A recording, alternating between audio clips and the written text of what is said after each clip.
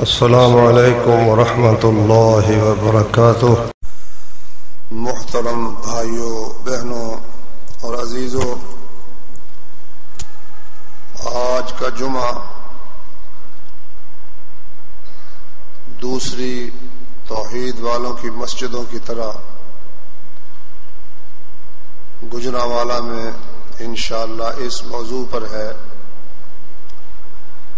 کہ بزرگوں کا احترام اپنی جگہ ہے، لیکن قبروں کو سجدہ کرنا حرام ہے۔ تو اس موضوع پر میں انشاءاللہ العزیز اور اس سے ملتی جلتی کئی باتیں وہ عرض کروں گا۔ قرآن مجید کو اگر دیکھیں تو تمام نبیوں میں سے سب سے زیادہ ذکر خیر جناب موسیٰ علیہ السلام کا ہے، اور امتوں میں سب سے زیادہ ذکر وہ بنی اسرائیل کا ہے، یہود و نصارہ کا سب سے زیادہ ذکر ہے۔ اس کی وجہ کیا کہ اللہ تبارک و تعالی ہمیں آگاہ کرنا چاہتے ہیں کہ تم سے پہلی امتوں نے یہ غلطیاں کی، اس کی انہیں یہ سزا بھگتنی پڑی، تم کہیں ان غلطیوں کا ارتکاب نہ کر بیٹھنا۔ چنانچہ نبی کریم صلی اللہ علیہ وسلم نے فرمایا کہ یہود و نصارہ وہ 72 فرقوں میں تقسیم ہو گئے، میری امت 73 فرقوں میں تقسیم ہو جائے گی، وہ سب کے سب فی النار ہوں گے مگر ایک گروہ۔ پوچھا گیا یا رسول اللہ وہ کون ہے؟ فرمایا ما انا علیہ و اصحابی، وہ لوگ جو اس طریقے پر ہوں گے جس پر میں ہوں اور میرے اصحاب ہیں، جو اس طریقے پر چلیں گے وہ جنتی ہوں گے، اور وہ فرقہ ناجیہ ہوگا، اور جو اس سے ہٹ جائیں گے ادھر ادھر دائیں بائیں وہ پھر ناجی نہیں ہو سکتے، وہ جہنم میں تو جا سکتے ہیں لیکن جنت میں جانا ان کا مشکل ہے۔ تو اسی لیے رسول اللہ صلی اللہ علیہ وسلم نے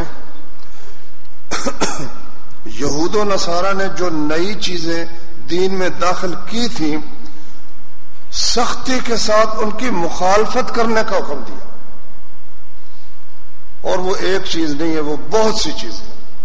خالف الیہود والنصارى، یہود و نصارہ کی مخالفت کرو، بہت سی چیزیں، چھوٹی چھوٹی معمولی چیزوں میں بھی رسول اللہ صلی اللہ علیہ وسلم نے ان کا نام لے کر فرمایا کہ یہود کی مخالفت کرو، نصارہ کی مخالفت کرو، مجوسیوں کی مخالفت کرو، جو کافر لوگوں کی اپنی خاص علامتیں اور ان کی نشانیاں اور ان کی دینی رسوم ہیں ان کی مخالفت کرو۔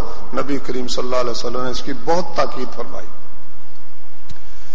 حتیٰ کہ آپ نے فرمایا کہ میری قوم مسلمان، میری امت اس وقت تک ان میں دین غالب رہے گا، دنیا کے اندر دین غالب رہے گا جب تک میری امت روزہ کھولنے میں جلدی کرتی رہے گی، کیونکہ یہود و نصارہ وہ دیر سے روزہ کھولتے ہیں۔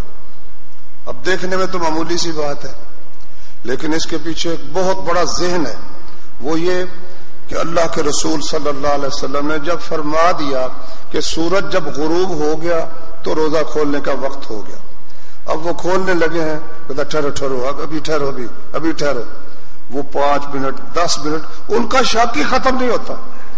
نبی کریم صلی اللہ علیہ وسلم کو سورج مطلب غروب ہوتے ہی افطار کا حکم ہے، اور ہمیں بھی دے رہے ہیں۔ فرمایا جب تک اس بات پر چلتے رہیں گے امت غالب رہے گی، دین غالب رہے گا۔ جب ان میں یہ شک و شبہ کہ نہیں کوئی تھوڑا سا ٹھہر جاؤ بھائی، اور ٹھہر جاؤ، کچھ ستارے تو نظر آ لینے دو نا۔ اب ہماری امت میں کئی لوگ ایسے ہیں کہ وہ اذانیں ہو چکی ہوتی ہیں لیکن وہ نہیں کھولتے، وہ کہتے ہیں بھی دیکھو ابھی تک جب ستارے نظر آئیں گے نا اس وقت روزہ کھولو. حالانکہ صاف رسول کریم صلی اللہ علیہ وسلم نے اس کی تاکید نام لے کر فرمائی اتنی چھوٹی چھوٹی چیزوں کی, اور فرمایا خالف الجہود فإنہم لا یصلون فی نعالہم.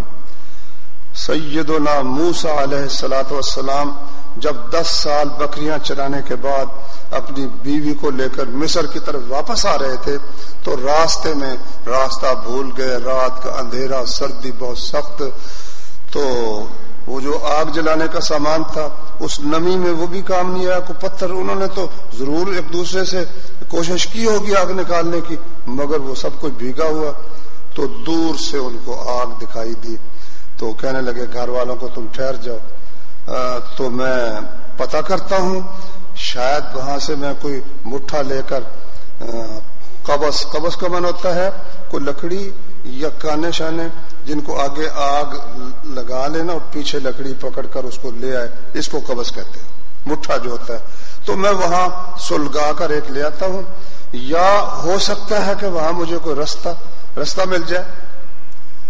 اللہ اکبر. اللہ کو معلوم تھا کہ رستہ بھی یہیں سے ملنا ہے, روشنی بھی یہیں سے ملتی ہے, نبوت بھی مل گئی. جب وہاں گئے تو ایک درخت ہے اور اس میں آگ لگی, بہت بڑا بھانبڑ مچا ہوا ہے. تو موسیٰ علیہ السلام حیران کھڑے ہیں. تو آواز آئی یا موسیٰ انی انا ربک, اے موسیٰ میں تیرا رب ہوں, فاخلع علیک, اپنے جوتے اتار دے, انک بالواد المقدس طویٰ, تو وادی مقدس طویٰ میں ہے. اب اس سے یہودیوں نے یہ اخذ کیا کہ جوتے سمیت نماز نہیں پڑھنی چاہیے, حالانکہ اس میں تو وجہ آ گئی نا کہ یہ وادی پاک ہے اور آپ کے جوتے پاک نہیں ہیں. جب جوتے پاک ہوں تو پھر تو وادی پاک میں بھی بندہ جا سکتا ہے. نبی کریم صلی اللہ علیہ وسلم نے اس کے متعلق فرمایا خالف الجہود, یہودیوں کے مخالفت کرو, فإنہم لا یصلون فی نعالہم, وہ جوتوں سمیت نماز نہیں پڑھتے. تو خود حدیث ہے ابو داؤد شریف میں, ایک دفعہ نبی کریم صلی اللہ علیہ وسلم نے نماز پڑھائی, نماز کے دوران آپ نے جوتا اتار دیے, لوگوں نے بھی اتار دیے. تو بعد میں فارغ ہو کر فرمایا بھی تم نے جوتے کیوں اتارے؟ کہنے لگے جی آپ نے اتار دیے تو ہم نے بھی اتار دیے. فرمایا میرے پاس جبریل آئے تھے نماز کے دوران اور انہوں نے فرمایا کہ آپ کے جوتوں میں گندگی لگی ہوئی ہے اس لیے میں نے اتار دیے. جب تم میں سے کوئی شخص مسجد میں آئے وہ اپنے جوتے کو دیکھ لے, اگر صاف ہے تو ٹھیک ہے, ورنہ زمین پر رگڑ لے اور جوتے سمیت نماز پڑھ لے. اب دیکھو بعض لوگ کہتے ہیں جی ٹھیک ہے جوتے سمیت نماز تو درست ہے, لیکن یہ بات ہے باہر میدان کہیں جنگل میں مجاہدین جا رہے ہیں تو چلو جوتوں سمیت پڑھ لو, یا جوتے نئے ہو تو پڑھ لو. اب یہ جو ہے مسجد فرمانا جب مسجد میں آئے, اور سب کے جوتے تو نئے نہیں نہ ہو سکتے, سب کے جوتے تو نئے ہو ہی نہیں سکتے. تو یہ ہے, اور یہ بھی کہ جوتے کو اس طرح کپڑے کی طرح دھونا ضروری نہیں, اگر کوئی ایسی چیز لگی تو رگڑ لو.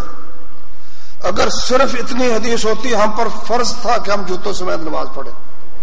لیکن ایک حدیث میں آیا, صحابی کہتا رأیت النبی صلی اللہ علیہ وسلم یصلی حافیا ومنتعلا, میں نے نبی صلی اللہ علیہ وسلم کو جوتے اتار کر بھی نماز پڑھتے دیکھے ہیں, ننگے پاؤں بھی اور جوتے پہن کر بھی. اس لیے اب لازم نہیں ہے. تو اگر کوئی آتا ہے, میں تو کئی دفعہ کہہ دیتا ہوں اپنی مسجد میں بھی ٹھیک ہے, لیکن جس طرح آپ بستر پر جاتے ہیں نا پاؤں جھاڑ لیتے ہیں, اگر آپ کا جوتا اتنا صاف ہے کہ اس سمیت آپ بستر پر بیٹھ سکتے ہیں تو بسم اللہ آ جاؤ.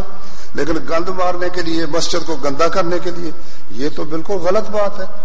اور اس میں ایک اور بات کا خیال رکھنا جو پیارے پیغمبر صلی اللہ علیہ وسلم نے بھی خیال رکھا, وہ یہ کہ اگر تو ہے فرض پھر تو کسی کی پرواہ نہیں کرنی چاہیے کوئی کیا کہتا ہے, تو کبھی نہیں چھوڑا.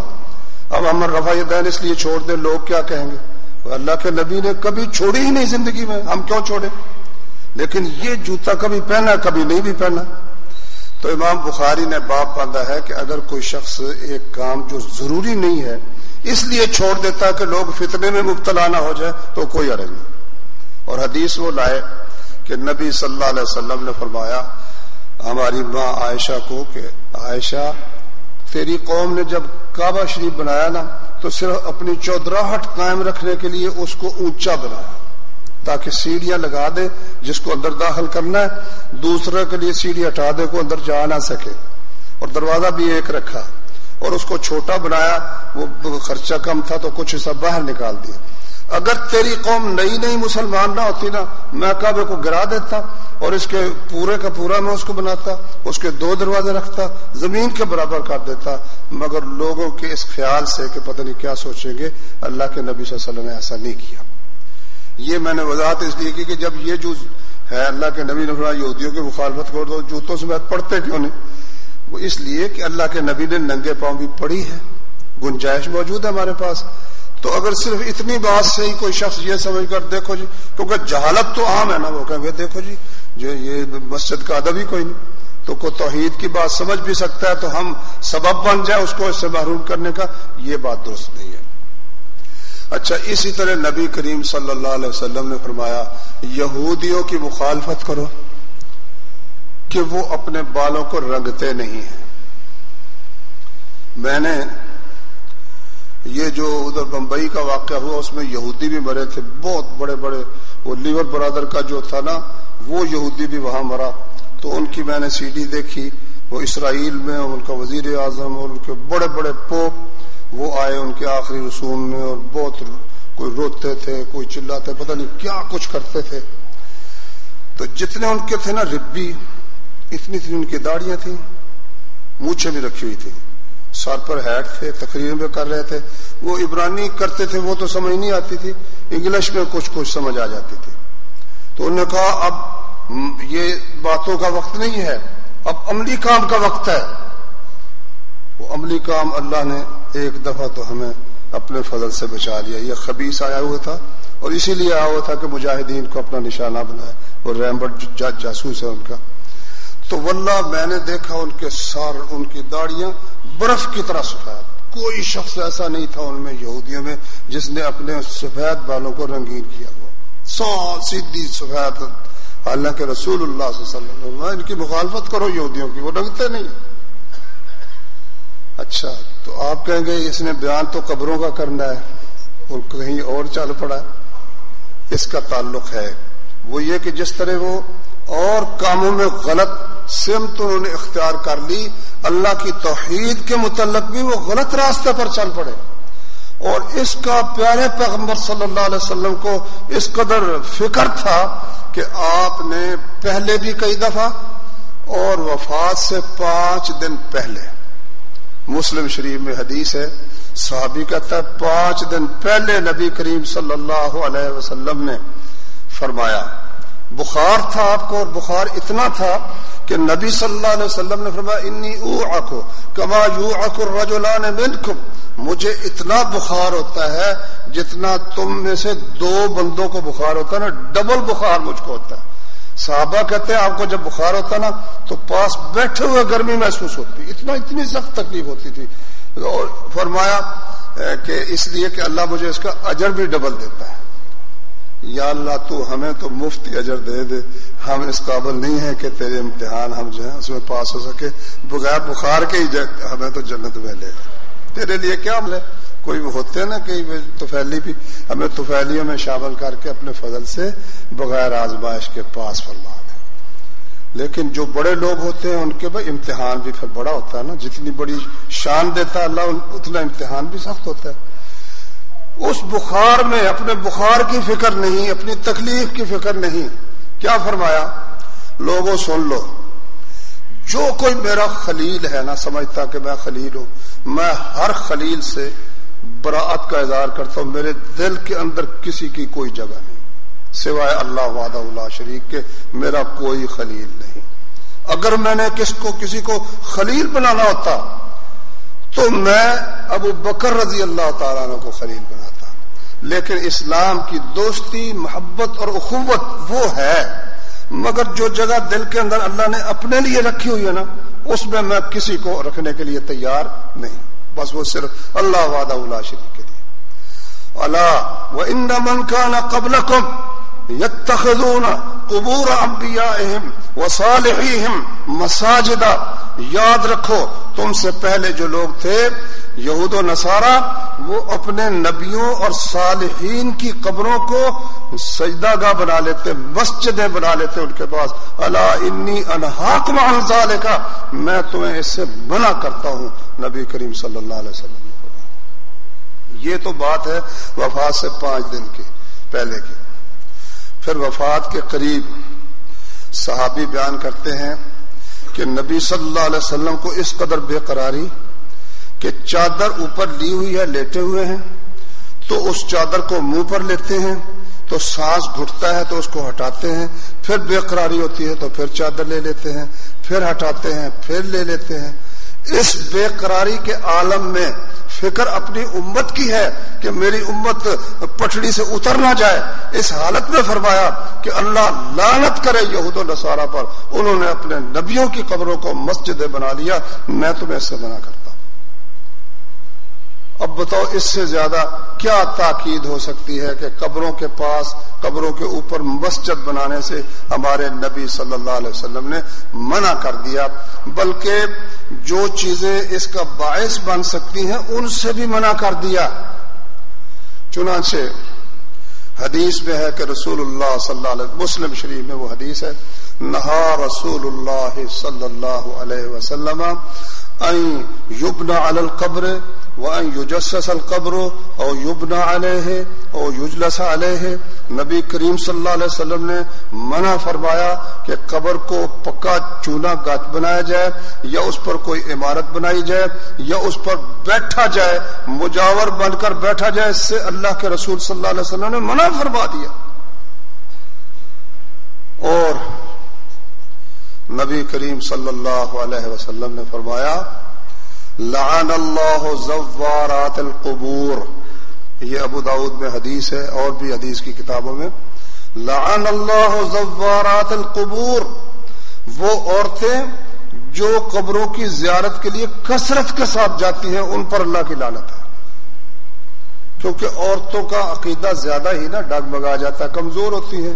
بچہ نہ ملے تو پھر ان کو جو کوئی کہہ دینا کہ وہاں ملتا ہے وہاں جا خاک چھانتی ہیں، وہاں سے بچہ ملتا ہے، عقل میں بات آئے یا نہ آئے وہ جناب وہ سبھی کچھ کرنے کے لیے تیار ہو جاتی ہیں. اللہ تعالیٰ سب کی عزت محفوظ رکھے. مگر یہاں آ کر ان کا ایمان سب کچھ جو ہے نا وہ خراب ہو جاتا ہے. حالانکہ اگر نہیں بھی اولاد ملی تو بھائیو زندگی کتنی کو ہے، آخر ختم ہو جانی ہے. اللہ کے حضور پیش ہونا ہے. اپنے ایمان کو، اپنی توحید کو، اپنی عزت و آبرو کو، اپنی حیا کو بچا کے رکھو. اولاد کی خاطر ان کو نقصان اور داغ نہ لگا بیٹھنا. اس لیے اللہ کے رسول صلی اللہ علیہ وسلم نے عورتوں کو قبروں کی زیارت سے منع نہیں کیا، کبھی سال میں یا کبھی گئیں. کیونکہ قبریں، آپ نے فرمایا میں نے تمہیں قبروں کی زیارت سے منع کیا تھا لیکن اب میں تمہیں اجازت دیتا ہوں جاؤ ان کی زیارت کرو. کیونکہ وہ آخرت یاد دلاتی ہیں اور دنیا سے بے رغبتی دل میں پیدا کرتی ہیں. لو جو سوئے ہوئے نا ان کو تھوڑا تھوڑا ہلا دو، اللہ آپ کو جزائے خیر دے. تھوڑا سا وقت رہ گیا انشاءاللہ تو آپ جا کر سنیں گے تو کوئی حدیث ہی یاد رکھ لیں گے، کسی مجلس میں بیان کریں گے تو لوگوں کو فائدہ ہوگا، ہمیں بھی انشاءاللہ العزیز فائدہ ہو جائے گا. تو نبی کریم صلی اللہ علیہ وآلہ وسلم نے فرمایا اللہ تعالیٰ نے لعنت کی ان عورتوں پر جو کثرت سے قبروں کی زیارت کرتی ہیں. والمتخذین علیہ المساجد والسرج، اور جو قبروں کے اوپر مسجدیں بناتے ہیں اور جو چراغ جلاتے ہیں وہاں قمقمے، بجلی، چراغاں، یہ جو کام کرتے ہیں ان پر اللہ کی لعنت ہے. دیکھو کس قدر کم عقل ہو گئے کہ قبر کے اوپر بلب جل رہا ہے، اوپر جو بلب جل رہا ہے وہ اندر والے کو کوئی روشنی پہنچا سکتا ہے.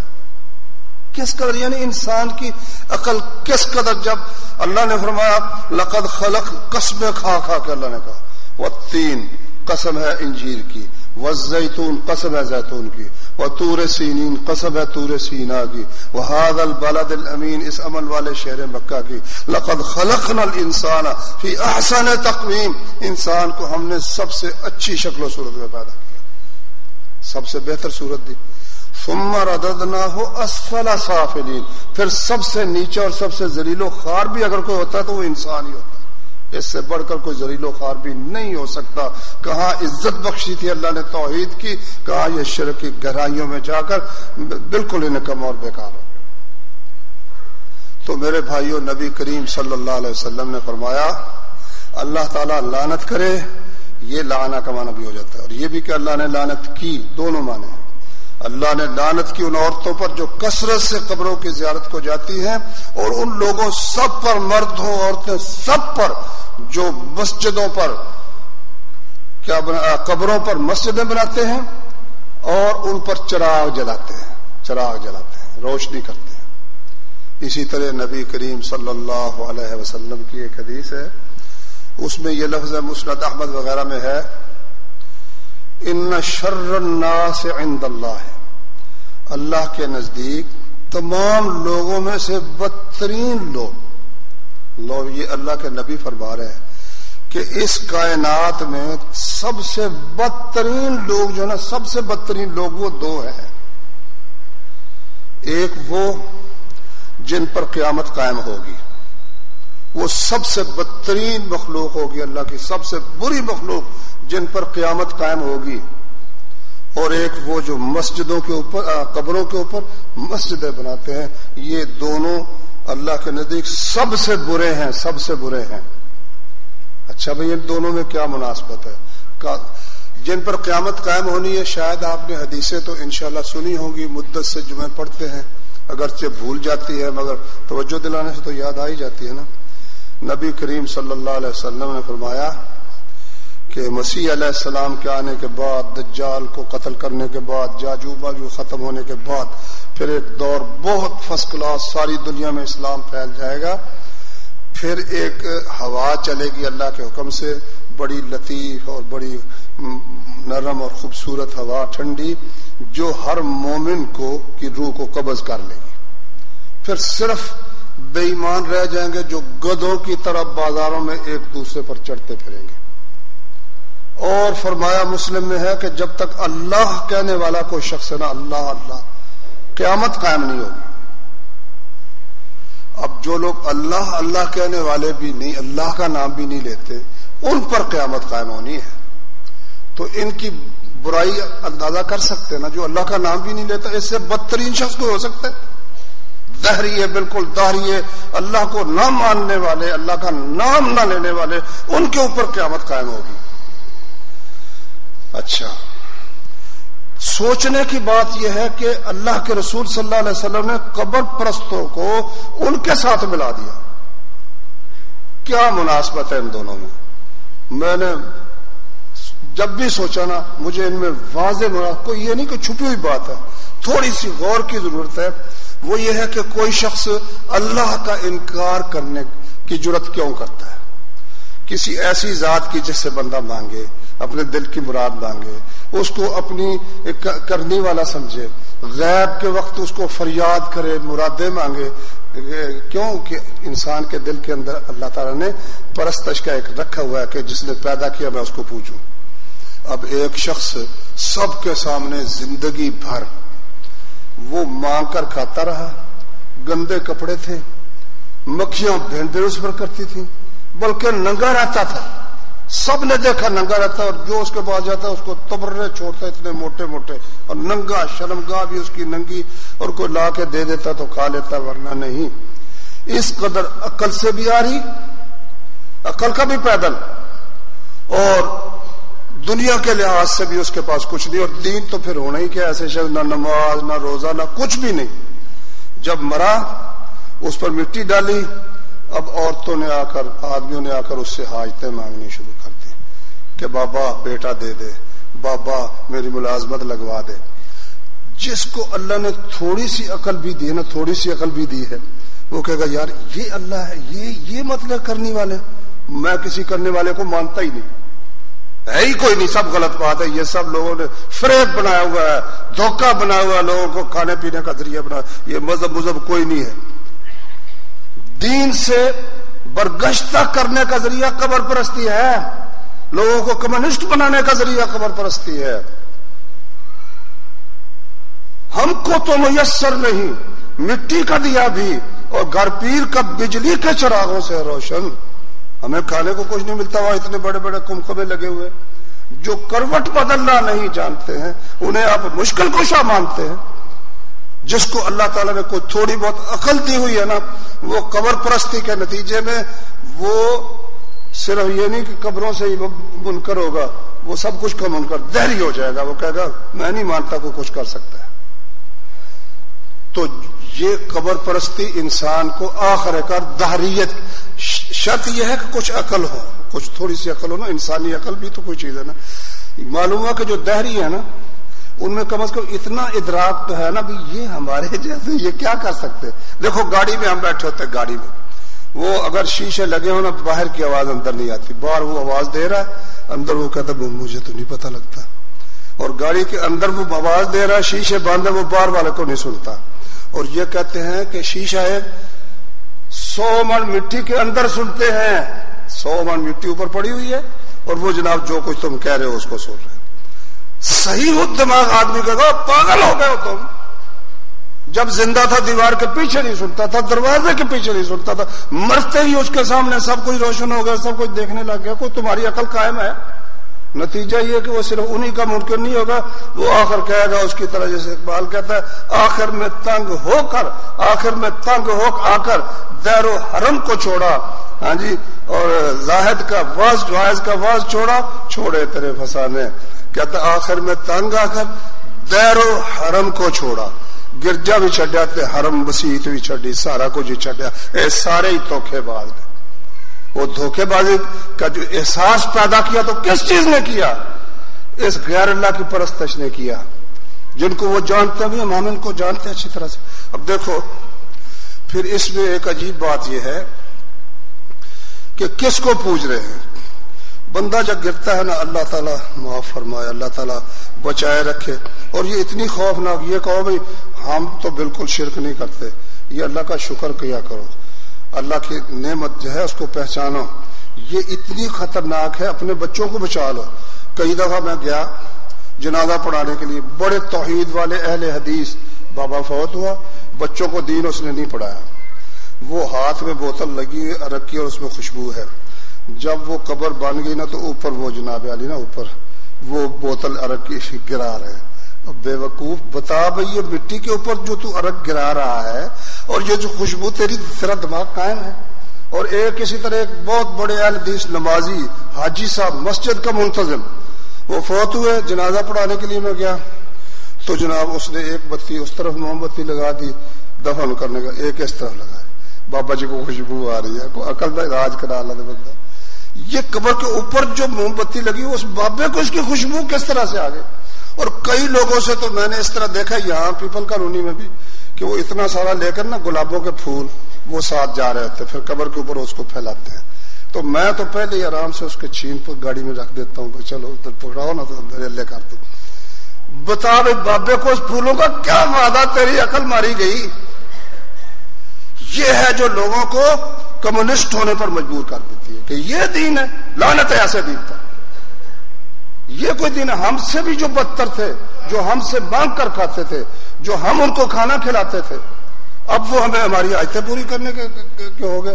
حتیٰ کہ یہ سیٹلر ٹاؤن میں جو پڑھاتا تھا شروع میں جب میں نوجوان تھا، سب سے پہلے بلال مسجد میں، وہاں ایک پیر گودڑی ہے، کہتا گودڑی دفن کی ہوئی ہے۔ لاہور میں میں نے گھوڑے شاہ دیکھا، اتفاق سے گیا تو یقین جانو ہزاروں ہی چھوٹے چھوٹے مٹی کے گھوڑے وہاں رکھے ہوئے تھے، گھوڑے رکھے ہوئے تھے کہ یہاں جو گھوڑا رکھ دینا اس کو بچہ ہو جاتا۔ دیکھو یہ لوگوں کو کمیونسٹ بنانے والے ہیں کہ نہیں، دہریہ بنانے والے ہیں۔ گھوڑا کیا کرے گا بھائی؟ کئی جگہوں پر گدھا، میں نے پڑھا اس نے لکھا کہ ایک علاقے میں ایک صاحب نے مجھے بتایا کہ فلاں جگہ گدھے کی پوجا ہوتی ہے، گدھی کی، کھوتی دی۔ میں نے کہا یہ کوئی ہو سکتا ہے بھی کھوتی نہیں پوجا ہوئے؟ اس نے کہا چلو چل کے دیکھ لو۔ تو وہاں جا کے میں نے پوچھا تو انہوں نے کہا کہ اصل میں بات یہ ہے کہ ایک پیر صاحب تھے، بزرگ تھے، تو وہ جناب علی نا لوگوں کی ان سے بڑی عقیدت تھی، ان کو تحفے تحائف سب کچھ دیتے تھے۔ اب وہ پہلے تو جایا کرتے تھے، پھر انہوں نے یہ کیا بھی ہر جگہ میں کیسے جاؤں، ایک گدھی رکھ لی اور گدھی کو نا لے کر ساتھ چلے جاتے، جو تحفے تحائف ہوتے وہ گدھی پر لاد کر لے آتے۔ پھر گدی کو سب گھروں کا پتہ چل گیا، کیونکہ جہاں وہ جاتی لوگ اس کی خدمت کرتے، اس کو کھلاتے پلاتے، اس کے گلے میں اس نے ایک توبرا ڈال دیا۔ اب وہ جتنی دکانوں پر جاتی وہ سب اس میں کچھ نہ کچھ ڈال دیتے، اور پھر وہ لے کر سب پیر صاحب کے پاس آ جاتے۔ پیر صاحب ہو گئے فوت ہونے کے بعد بھی وہ گدی کی عادت بنی ہوئی تھی، وہ اسی طرح سے پھرتی رہتی، جہاں جاتی لوگ اس کو خدمت کرتے ہیں، کوئی کھانا دے رہا ہے، کوئی چیز کھلا رہا ہے، کوئی خوب پیٹی ہوئی تھی۔ تو اب اس کے بعد وہ مر گئی۔ جب مر گئی تو انہوں نے کہا یہ بزرگوں کی گدی ہے، یہ بھی کرنے والی ہے۔ قبر کھود کر اس کو دفن کیا اور اس کو تیسری پرت سے شروع ہو۔ واللہ انسان جب گرتا ہے ثم رددناہ اسفل سافلین۔ ہمارے امیر حمزہ نے، وہ مجھے اس جگہ کا نام یاد نہیں، آپ میں سے کئی بھائیوں کو یاد ہوگا، میرا خیال تھا میں فون پر پوچھوں گا مگر پوچھ نہیں سکا، تو انہوں نے ادھر یا سندھ میں یا ادھر ملتان کی طرف کو قبر ہے، وہاں ایک بہت لمبی لکڑی یا پتھر کا بنا کرنا انسانی شرمگاہ مرد کی وہ رکھی ہوئی ہے کہ ان کے مرید آئے تو انہوں نے دریا پار کرنا تھا تو پار نہیں کر سکتے تھے، تو انہوں نے حکم دیا اپنی شرمگاہ کو وہ لمبی ہو کر پول باڑھ میں، تو اس کے اوپر چڑھ کر آ گئے سب کے سب۔ اب وہ جو پل ہے نا وہاں رکھا ہوا ہے، اور وہاں انسانی شرمگاہ بکتی ہے چھوٹی چھوٹی لکڑی کی بنا کر، وہاں سے خرید کر بھی لائے تھے۔ اللہ اکبر، قبروں کا طواف ہوتا ہے، شاباز کرے پرواز تے جانے راز۔ کس طرح جانے راز؟ وہ سنبھلتا نہیں جن سے اپنا تو پھٹا، سنبھالیں گے کیا وہ کلیجہ کسی کا جو اپنی بچپن کے مالک نہیں، جوانی کے مالک نہیں، بھوک کے مالک نہیں، پخانے کے مالک نہیں ہے، اپنی موت اور زندگی کے مالک نہیں ہے، وہ تمہیں کیا دیں گے؟ تو بات میں یہ کر رہا تھا کہ لوگوں کو دین سے اور اللہ کی پرستش اور عبادت سے ہٹانے والے یہ بدبخت ہیں جو اس حد تک پستی میں گر جاتے ہیں، اور جو اس کے دماغ میں کچھ عقل ہے اگر اس کو اللہ کی معرفت پہچان نہ ہو تو وہ کہتا بھی سلام ہے، میں تو دین کو مانتا ہی نہیں، وہ سرے سے کمیونسٹ ہو کر دہری ہو کر دین سے ہی برگشتہ ہو جاتے ہیں۔ اس لیے رسول اللہ صلی اللہ علیہ وسلم نے فرمایا کہ اللہ کی مخلوق میں سب سے بدتر مخلوق ایک وہ لوگ ہوں گے جن پر قیامت قائم ہوگی، اور ایک وہ جو قبروں کی پوجا کرتے ہیں، قبروں پر مسجدیں بناتے ہیں۔ اللہ اکبر، اللہ اکبر۔ صحیح مسلم میں حدیث ہے، پیارے پیغمبر صلی اللہ علیہ وسلم کی حدیث سنائی حضرت علی نے۔ علی رضی اللہ عنہ کے دامن نام تھا ابو الحیاج الاسدی۔ ابو الحیاج الاسدی نے روایت کی کہ مجھے علی رضی اللہ عنہ نے فرمایا کہ اے ابو الحیاج، میں تجھے اس کام پر مقرر نہ کروں جس کام پر اللہ کے رسول صلی اللہ علیہ وسلم نے مجھے مقرر کیا تھا۔ وہ کام کیا ہے؟ اللہ تدع تمثالا الا طمستہ، جو مجسمہ نظر آئے، بت نظر آئے، مورت نظر آئے، اس کو مٹا دو۔ ولا قبر مشرفا الا سویتہ، کوئی اونچی قبر نظر آئے اس کو برابر کر دو۔ اب یہاں بھی سوچنے کی ضرورت ہے کہ یہ دو چیزیں کٹھی کیوں کی؟ یہ بھی سمجھ لو اچھی طرح کہ وہ جو مورتی پتھر کی بناتا ہے یا کانسی کی بناتا ہے یا چاندی کی، ہمارے مجاہد وہاں سے نا ہند سے آج سے تقریباً 10-15 سال پہلے اجتماع میں دکھائی بھی تھی، چاندی کی بنی مورتی کو 1.5 من کی تھی، وہ وہاں سے لے کر آئے تھے۔ چاندی کی بھی بناتے ہیں، سونے کی بھی بنا لیتے ہیں، تانبے کی بھی بنا لیتے ہیں، اور پتھر کی تو عام بنتی ہے۔ ان کو اور اونچی قبریں بنانے والوں کو ایک ہی سانس میں دونوں کا ذکر فرمایا نبی کریم صلی اللہ علیہ وسلم۔ وجہ کیا؟ وجہ یہ ہے کہ وہ شخص جو اس مجسمے اور بت کی پرستش کرتا ہے در حقیقت وہ اس پتھر کو نہیں پوجتا، قسم اللہ پاک کی، کیونکہ اگر ایسا ہوتا تو کسی پڑے ہوئے پتھر کو پوج لیتا، کیا ضرورت تھی کہ اس کی شکل بنا رہا ہے۔ بخاری شریف میں ہے کہ جب نبی کریم صلی اللہ علیہ وسلم مسجد بیت اللہ شریف میں داخل ہوئے تو وہاں جناب ابراہیم علیہ السلام کا بت اور اسماعیل علیہ السلام کا بت تھا۔ تو وہ شکل انہوں نے کیوں بنائی تھی کہ ان بتوں کے ساتھ، ان شکلوں کے ساتھ ان کا روحانی تعلق ہے۔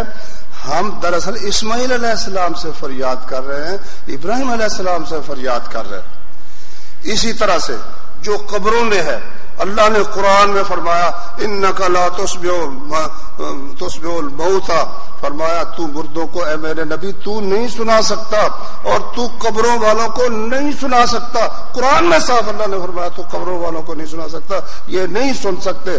پردہ کر دیا ہم نے دنیا کے اور ان کے درمیان، نہ دنیا کی بات ان کو جاتی ہے نہ ان کی بات کسی کو سنائی دیتی ہے۔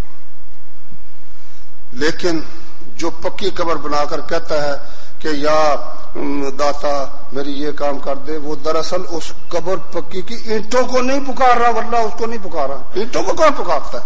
مٹی کو کون پکارتا ہے؟ کس کو پکار رہے ہیں؟ در حقیقت وہ سمجھتے ہیں کہ اس مٹی کے اندر جو ہے نا اس کو ہم خوش کریں، دودھ کی سبیل لگائیں، اس کے نیاز چڑھائیں، اس کو پتہ چلے مجھے یہ پہنچ رہا ہے تو پھر ہماری بھینسوں کے تھنوں میں دودھ بھی بڑھ جاتا ہے، ہمارے رزق میں برکت بھی ہو جاتی ہے۔ تو قبروں کو پکارنے والا قبر کے اندر جو دفن ہے، اور جو بت کو پکارنے والا ہے حقیقت میں ان شخصیتوں کو پکار رہا ہے، نہ وہ پتھر کو پکار رہا ہے نہ یہ اینٹوں کو پکار رہا ہے، وہ بھی حضرت صاحب کو پکار رہا ہے، یہ بھی حضرت صاحب کو پکار رہا ہے۔ اس لیے اللہ کے رسول صلی اللہ علیہ وسلم نے فرمایا جو اس کا نشان بھی ہے نا اونچی قبر برابر کر دو، مجسمہ ہے اس کو مٹا دو، محمد الرسول اللہ صلی اللہ علیہ وسلم نے فرمایا۔ اور اللہ کے تصرفات عجیب ہیں، اس کے کاموں میں بندہ غور کرے تو بڑے بڑے عجیب چیزیں نظر آتی ہیں۔ اللہ کے رسول صلی اللہ علیہ وسلم کا سب سے محبوب شخص تھے کون؟ سبحانك اللهم وبحمدك أشهد أن لا إله إلا أنت أستغفرك وأتوب إليك۔